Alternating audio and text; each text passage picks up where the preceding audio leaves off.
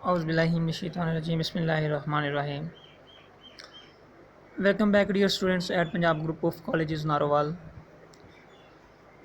Here to represent the next topic named as hydrogen bonding in biological compound and food material. आज हमने hydrogen bonding की बात करनी है बायोलॉजिकल कंपाउंड में और फूड मटेरियल में। तो सबसे पहले हम बात करते हैं बायोलॉजिकल कंपाउंड की। तो हम यहाँ से ये जानेंगे कि हाइड्रोजन बॉन्डिंग किस तरह लिविंग सिस्टम के मालिक्यूल में भी एग्जिस्ट कर सकती है, और इसको समझने के लिए हमारे पास एक पोर्शन है लिविंग ऑर्गेनिज्म में से, वो है प्रोटीन। तो फाइब्रस प्रोटीन या फिब्रस प्रोटीन का स्ट्रक्चर आपके सामने है, ये वाला कि प्रोटीन का स्ट्रक्चर हमने देखना है कि किस तरह इसमें जो हाइड्रोजन बॉन्डिंग है वो एग्जिस्ट करती है।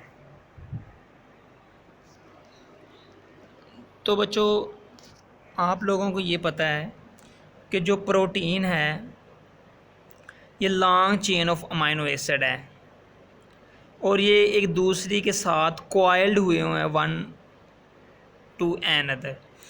यानी कि ये जो आपको प्रोटीन का स्ट्रक्चर नज़र आ रहा है, इसमें जो लॉन्ग चेन है वो कॉइल्ड हुई है one another into a spiral chain, यानी कि एक स्प्रिंग की तरह ये एक दूसरे के अंदर जकड़े हुए हैं, और इन्हीं स्पाइरल को उसने हेलिक्स का नाम दे दिया।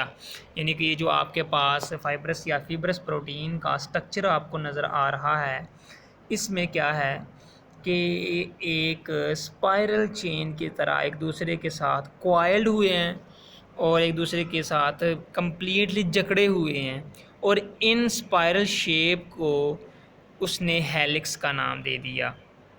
और ये हेलिक्स बच्चों राइट साइड से भी शुरू हो सकता है और लेफ़्ट साइड से भी। और इसमें आप देख रहे हैं कि नाइट्रोजन और हाइड्रोजन के दरमियान भी बॉन्ड बना हुआ है और वो सिंगल है, और इसमें कार्बन और ऑक्सीजन के दरमियान बॉन्ड देखें तो वो डबल बॉन्ड बना हुआ है। अब अगर स्ट्रक्चर को थोड़ा सा गौर से देखें तो आप देख रहे हैं इसमें जो कार्बन और ऑक्सीजन है इसके दरमियान डबल बॉन्ड है। अगर आप ऑक्सीजन और हाइड्रोजन की बात करें तो इनके दरमियान सिंगल बॉन्ड है, यानी कि ऑक्सीजन कार्बन डबल बॉन्ड। अगर आप ऑक्सीजन और हाइड्रोजन की बात करें तो वो उसमें सिंगल बॉन्ड है। अगर आप नाइट्रोजन और हाइड्रोजन की भी बात करें तो वो भी सिंगल बॉन्ड अटैच हैं। लेकिन हमारा मकसद यहाँ क्या था कि हमने देखना है कि ये हाइड्रोजन बॉन्डिंग के थ्रू कैसे अटैच है।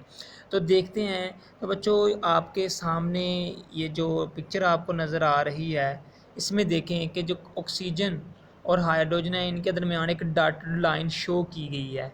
इधर भी देख सकते हैं आप, और इसके अलावा इधर भी देख सकते हैं, इधर भी देख लें। जहाँ भी देखेंगे ये ऑक्सीजन और जो हाइड्रोजन है उसका जो बॉन्ड है वो सिंगल बॉन्ड है, लेकिन उनके दरमियान डॉटेड लाइन शो है। का मतलब क्या है कि ये क्या शो हो रही है, ये हाइड्रोजन बॉन्डिंग है। और ये जो पूरा स्ट्रक्चर अपनी जगह पे कायम है, ये भी किस वजह से है, ये थ्रू हाइड्रोजन बॉन्डिंग के एक जगह के ऊपर स्टेबल है।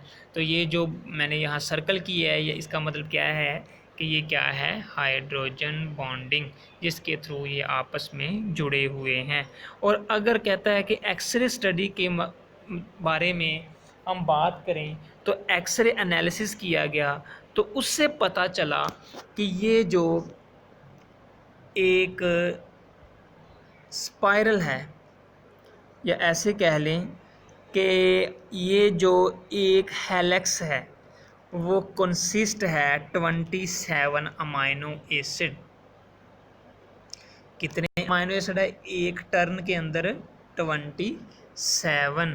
यानी कि हर अगर हम हेलिक्स की बात करें तो उसमें 27 अमाइनो एसिड प्रेजेंट हैं। तो इसलिए हमने शुरू में ही ये बात की थी कि ये जो हेलिक्स है consist of a long chain of protein कह लें या फिर अमाइनो एसिड कह सकते हैं। तो ये था बच्चों अमाइनो एसिड का स्ट्रक्चर, प्रोटीन का स्ट्रक्चर जिसमें अमाइनो एसिड प्रेजेंट थी। तो ये आपने यहाँ से देखा है कि इसमें किस तरह हाइड्रोजन बॉन्डिंग के थ्रू ये स्ट्रक्चर अपनी जगह पे मेंटेन है। अब इसके बाद अगर हम बात करें फूड मटेरियल की, वो उससे पहले हम डीएनए की बात करते हैं कि ये जो डीएनए है इसका अगर आप स्ट्रक्चर देखें तो ये भी डबल हेलिक्स है, यानी कि इसमें भी 2 हेलिक्स बने हुए हैं जो एक दूसरे के साथ अटैच हैं। और डीएनए की एब्रिविएशन आपको पता क्या है, डीऑक्सीराइबो न्यूक्लिक एसिड है। इसमें 2 स्पाइरल्स होती हैं। कितने स्पाइरल हैं इसकी? 2 स्पाइरल हैं और जो एक दूसरे के साथ कॉइल्ड हुए हैं और डबल हेलिक्स बनाया हुआ है। और कहता है इसका जो एक हेलिक्स है ये वाला, ये कंसिस्ट है या इसका जो डायामीटर है वो 18 से 20 एंगस्ट्रम है। इसके अंदर जो डिफरेंट बेसिस हैं, इससे पहले एक बात और बता दूं कि अगर हम डीएनए का स्ट्रक्चर देखें तो इसके जो बेसिस इसमें प्रेजेंट है वो नाइट्रोजनियस बेस है।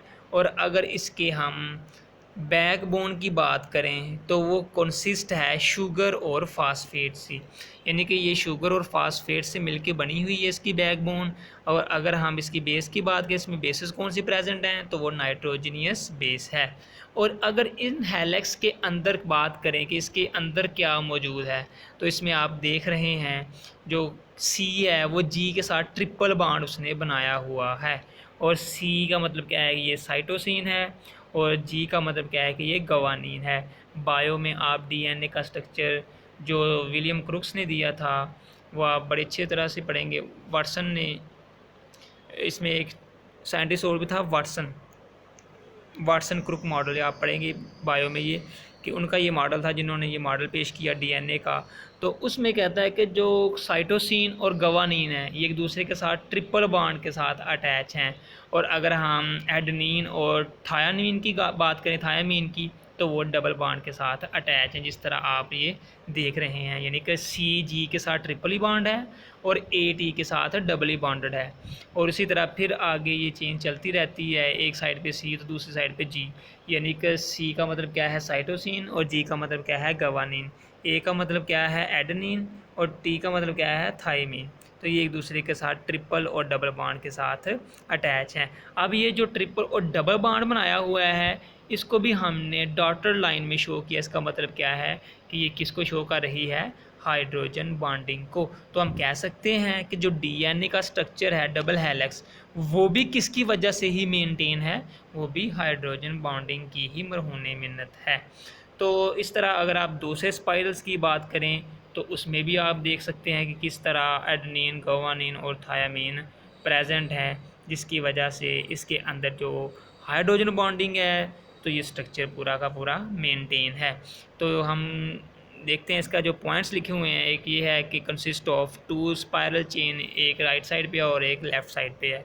और इसका जो डायामीटर है वो कितना है, तो 18 से 20 एंगस्ट्रम।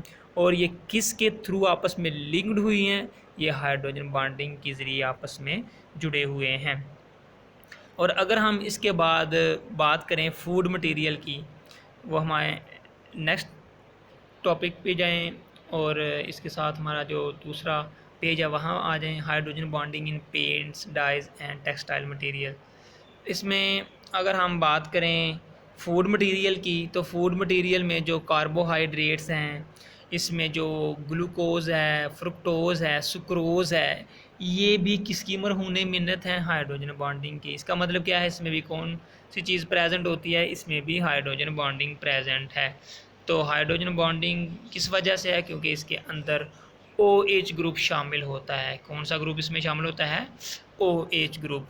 तो OH ग्रुप की वजह से इसमें हाइड्रोजन बॉन्डिंग है। तो हाइड्रोजन बॉन्डिंग इसमें प्रेजेंट, इसका मतलब क्या है कि जो फूड मटेरियल्स हैं हमारे, इसके अंदर भी हाइड्रोजन बॉन्डिंग प्रेजेंट है। इससे पहले हम बात कर लेते हैं पेंट्स और डाइज वगैरह की। ये जो डाइज कलर वगैरह हैं, ये रंग हैं, इसके अंदर भी हाइड्रोजन बॉन्डिंग प्रेजेंट है। वो किस तरह, क्योंकि बच्चों जो पेंट वगैरह किए जाते हैं इसकी एडहेसिव प्रॉपर्टीज़ की वजह से, यानी कि इसकी दीवार के साथ चिपकने की जो कैपेसिटी है वो भी किस वजह से है, हाइड्रोजन बॉन्डिंग की वजह से।